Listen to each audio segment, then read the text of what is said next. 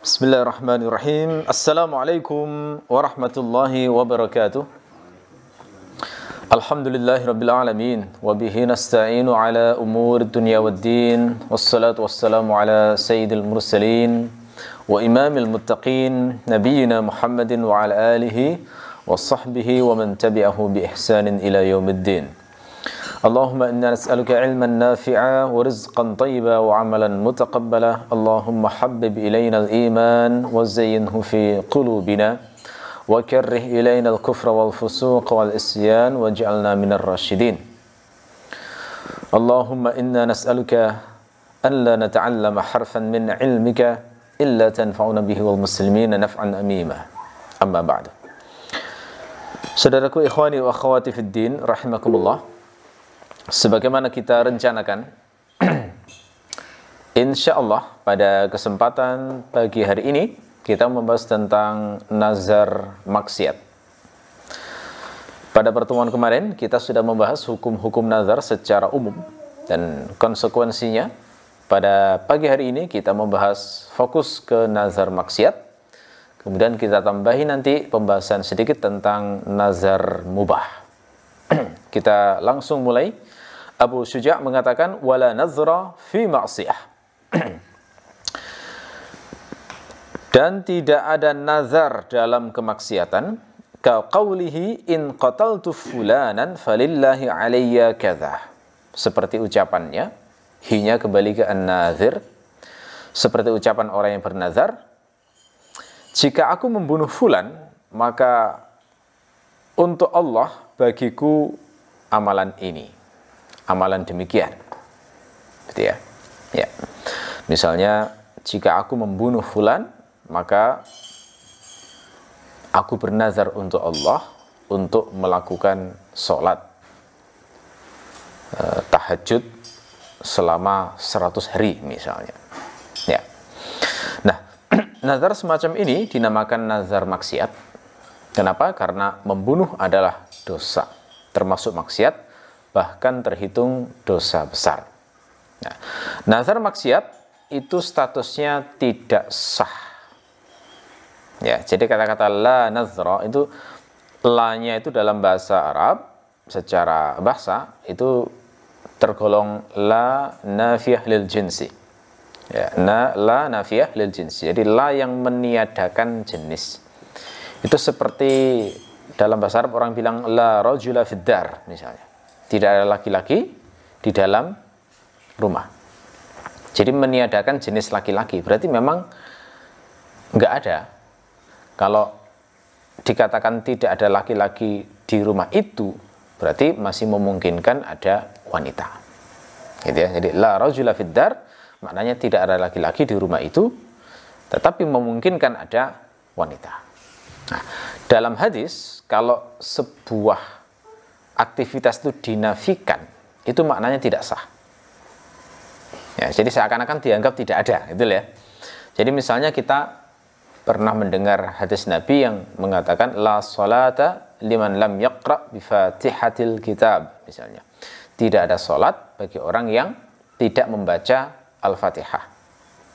Ya, kata-kata tidak ada salat itu kan berarti salatnya seakan-akan dinafikan, nggak ada. Salatnya itu nggak ada. Karena salatnya nggak ada, maka dianggap tidak dihitung. Tidak dihitung, maka dianggap tidak sah. Makanya para fuqaha memahami berdasarkan hadis ini, salat itu wajib membaca Al-Fatihah. Al-Fatihah termasuk rukun, sehingga kalau misalnya tidak dibaca, maka salatnya tidak dianggap, sehingga salatnya dihukumi tidak sah. Nah, jadi kata-kata la nazra fi ma'siyah ini memang bukan hadis ucapan Abu Syuja', tapi sudah biasa ya, bahwa penggunaan la nafiyah untuk sebuah aktivitas itu bermakna dianggap tidak sah. Jadi nazarnya dianggap nggak ada, begitu maksudnya ya. Tidak ada nazar dalam kemaksiatan. Ya, berarti maknanya tidak sah. Karena tidak sah, maka tidak berlaku hukum-hukum nazar. Tidak berlaku konsekuensi nazar. Nah, istilah para fuqaha adalah la tatarattabu alaihil athar. Jadi nggak ada efek-efek yang berlaku dari sebuah tasarruf atau sebuah akad, begitu ya. Jadi tidak sah. Karena tidak sah, maka tentu saja nggak ada hukum kewajiban memenuhi nazar. Wong maksiatnya saja sudah dilarang, begitu ya. Salah satu konsekuensi terpenting nazar itu kan wajib untuk dilaksanakan. Jadi yang awalnya nggak wajib, akhirnya menjadi wajib kalau dinazarkan. Ya, misalnya berkorban. Berkorban itu kan tidak wajib, sunnah hukumnya. Tapi kalau orang sudah bernazar, tahun depan aku bernazar menyembelih kambing, nah, sudah wajib itu berarti. Statusnya menjadi wajib, berdosa kalau ditinggalkan. Jadi al-wafa'u bin nazri itu wajibun. Memenuhi nazar itu hukumnya adalah wajib. Jadi semua hal yang sifatnya tidak wajib, begitu dinazarkan statusnya menjadi fardu ain bagi dia. Nah, makanya kemarin kita bahas dari sisi definisi, nazar itu kan sebagian fuqaha mendefinisinya adalah iltizamu qurbah. Jadi mengikatkan diri untuk melakukan aktivitas taqarrub kepada Allah yang sebelumnya itu tidak diwajibkan bi asli syar'i. Hukum asalnya nggak wajib sebenarnya, tapi begitu dinazarkan statusnya menjadi wajib. Ya, begitu. Jadi itu termasuk konsekuensi nazar yang lain adalah kalau dilanggar maka wajib membayar kafarat. Membayar kafaratnya sama seperti sumpah yang kemarin sudah kita bahas, yakni memilih antara 3 hal ya, membebaskan budak atau ngasih makan 10 orang miskin atau memberi pakaian 10 orang miskin. Kalau tidak mampu maka berpuasa selama 3 hari. Itu salah satu konsekuensi terpenting. Nah, tetapi kalau orang bernazar dalam hal kemaksiatan seperti ini, kalau aku membunuh fulan, saking jengkelnya misalnya, maka aku akan berpuasa selama 1 minggu misalnya. Nah, nazar semacam ini tidak sah, tidak dihitung sebagai nazar dan haram untuk melaksanakan nazarnya. Bukan wajib, tapi justru malah haram. Mengapa nazar maksiat tidak sah? Ya, sebabnya adalah karena dilarang oleh Nabi. Misalnya dalam hadis riwayat Al-Bukhari, ini dasarnya kenapa nggak sah? Rasulullah mengatakan, "Waman nadzara an ya'siyahu fala ya'sihi." Barang siapa bernazar untuk bermaksiat kepada Allah, maka janganlah bermaksiat kepadanya.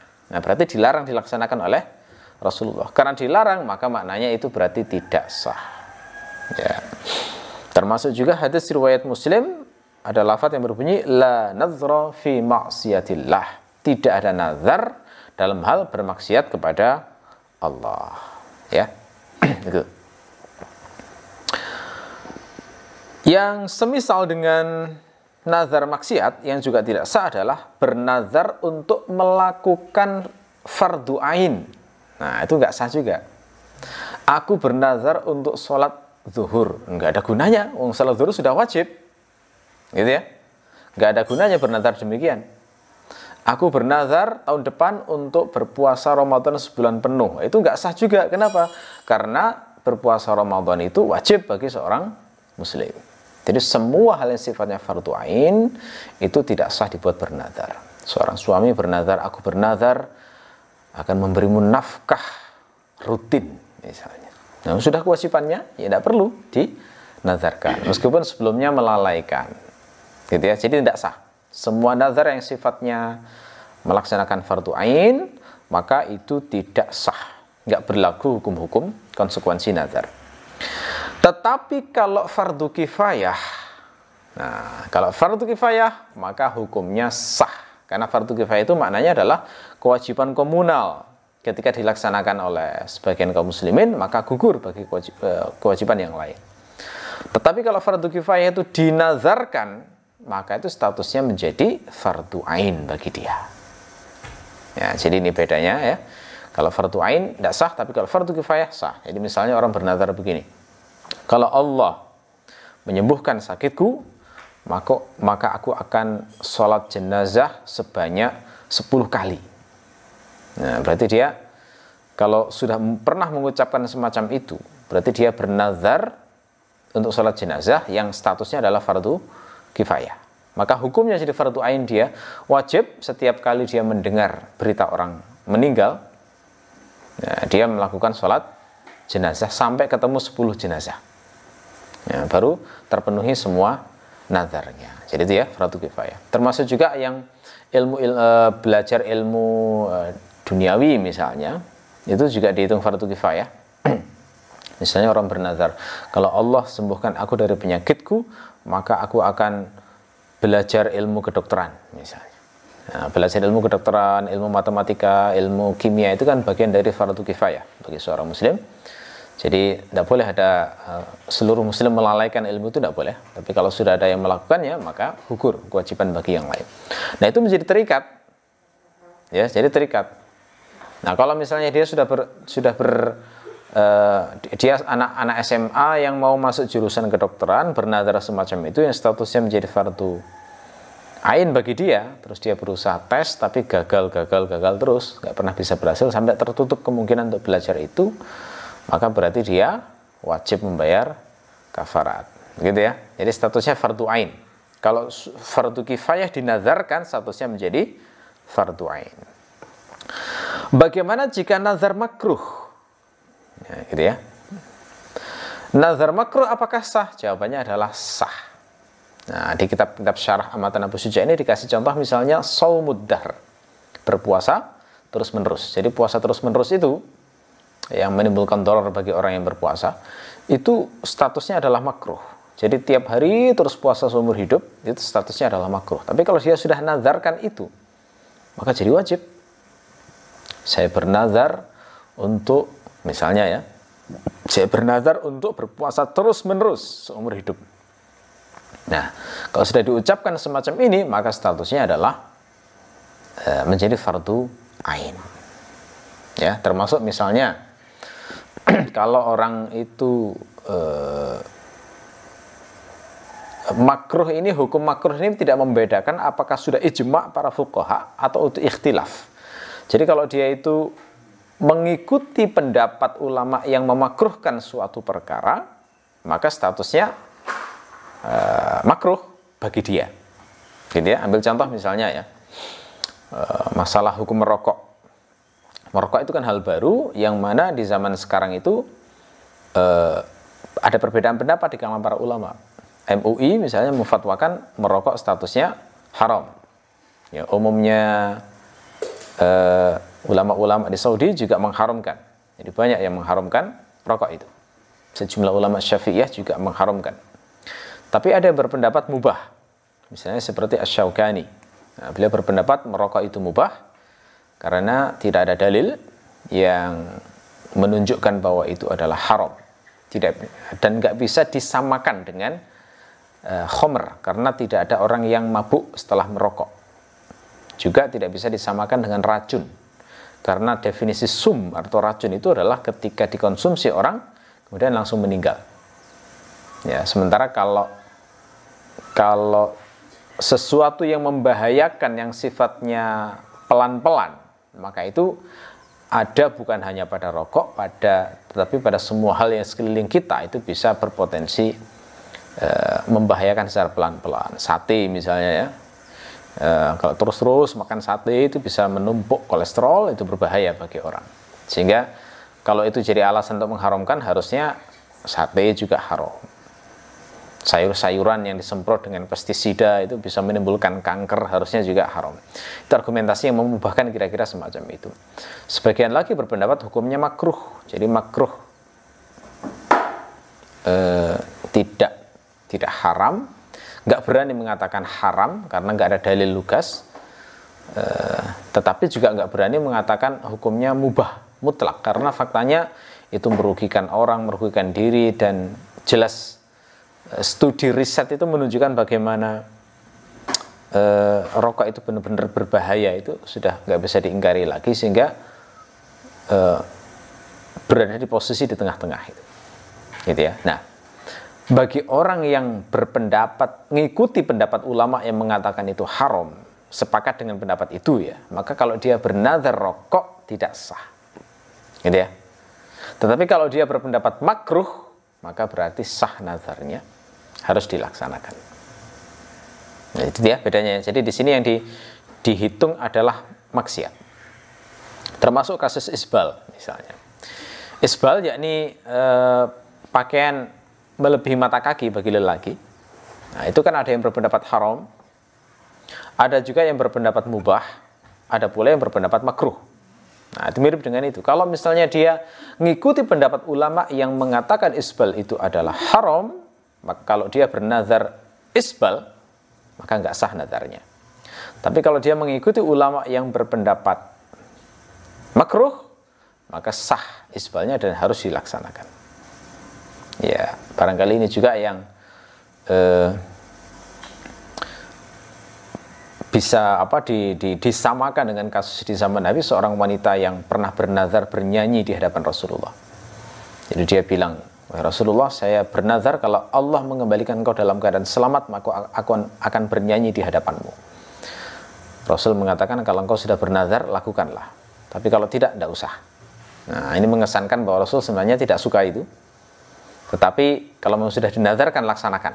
Nah, ini seakan-akan nazar selama bukan maksiat tetap wajib dilaksanakan, meskipun itu perkara yang tidak disukai. Itu demi menjaga nama Allah, menghormati dan takzim terhadap nama Allah. Karena kan nazar itu sifatnya janji kepada Allah. Jadi al-wa'du bil khair. Janji untuk melakukan kebaikan terhadap Allah, lillah, ya. Jadi gitu. Itu penjelasan secara umum tentang yang tidak sah terkait dengan maksiat dan rinciannya. Ya. Kemudian perlu diperjelas sedikit di sini. Contoh yang dipakai Abu Syuja adalah in qataltu fulanan. Kalau aku membunuh fulan. Ini maksudnya adalah membunuh bi ghairi haqqin. Membunuh tanpa hak. Kenapa? Karena yang dinamakan maksiat adalah ketika membunuh tanpa hak. Adapun jika membunuhnya dengan hak, maka itu tidak dikatakan bermaksiat. Jadi misalnya yang bernazar ini misalnya seorang algojo. Jadi dia petugas negara yang diperintahkan untuk melakukan qisas terhadap orang-orang yang membunuh. Oh iya, orang-orang yang membunuh kemudian terkena hukuman qisas. Jadi kalau dia bernazar, kalau aku membunuh fulan dalam konteks membalas qisas, nah maka semacam ini tidak termasuk nazar maksiat, gitu ya. Tetapi nanti kembali hukumnya sah tidaknya nazarnya kembali ke hukum apakah status membunuhnya itu sudah menjadi fardu ain bagi dia atau masih fardu kifayah. Kalau dia petugas itu kan kemungkinannya adalah fardu kifayah. Kenapa? Karena tergantung apakah dia yang ditugasi pemerintah, hakim untuk melaksanakan eksekusi itu ataukah bukan dia yang ditugasi, tapi satu unit khusus. Ya, pokoknya tugasnya siapapun bisa dapat itu. Maka statusnya bisa berbeda antara fardu ain dan fardu kifayah. Tapi kalau sudah muayyan, kamu nanti yang bertugas untuk membunuh, mengeksekusi dia, maka statusnya sudah fardu ain. Sehingga kalau fardu ain berarti tidak sah nazarnya. Gitu ya. Tapi kalau fardu kifayah sah seperti yang saya jelaskan tadi. Ya. Selanjutnya Abu Syuja menjelaskan hukum nazar yang lain, wala yalzamun nazru ala tarki mubahin ka qawlihi la akulu lahman wala ashrabu labanan. Dan tidak sah nazar, yalzam tadi kemarin kan sudah saya jelaskan ya, yalzam terjemahkan sah. Makna aslinya adalah melekat. Ya, tidak melekat karena diterjemahkan wajib. Tidak sah nazar untuk meninggalkan yang mubah seperti ucapan orang yang bernazar, aku tidak makan daging. Ini bernazar, aku bernazar kepada Allah tidak makan daging misalnya. Aku tidak minum susu misalnya. Nah, jadi makan daging atau minum susu itu kan perkara mubah saja. Jadi kalau orang bernazar semacam ini, maka tidak sah nazarnya, tidak usah dilaksanakan dan tidak berlaku konsekuensi nazar. Dasarnya apa? Dasarnya adalah hadis yang diriwayatkan oleh Al-Bukhari tentang kisah seorang lelaki yang bernama Abu Israil. Gimana ceritanya? Nah, saya bacakan. Ani bin Abbas qala baina an-nabiy sallallahu alaihi wasallam yakhutubu idza huwa birajulin qa'imin fas'ala anhu faqalu Abu Israil nazara an yaquma wa la yaq'ud ولا يستظل ولا يتكلم ويصوم فقال النبي صلى الله عليه وسلم مره فليتكلم وليستظل وليقعد وليتم صومه. Dari Ibnu Abbas beliau berkata, di tengah Nabi SAW berpidato, tiba-tiba beliau melihat seorang lelaki yang sedang berdiri. Maka beliau bertanya tentangnya, maka para sahabat menjawab, dia adalah Abu Israil. Dia bernazar untuk berdiri dan tidak duduk, dan tidak berteduh, dan tidak berbicara, dan berpuasa. Maka Nabi SAW bersabda, perintahkan dia supaya berbicara, dan berteduh, dan duduk, dan hendaklah dia menyempurnakan puasanya. Ya, jadi Abu Israil ini ceritanya bernazar dengan nazar yang ada yang mubah, ada yang nazar untuk perkara ketaatan, gitu ya. Dia bernazar apa? Dia bernazar bernazar berdiri, tidak duduk. Ini bisa kita anggap satu kesatuan ya, berdiri terus tidak duduk. Dan tidak berteduh, berarti dia bernazarnya itu dijemur di bawah terik sinar matahari. Ya. Kemudian tidak berbicara, kemudian berpuasa. Nah, jadi berdiri tidak duduk, tidak berteduh, dan tidak berbicara, itu perkara-perkara mubah.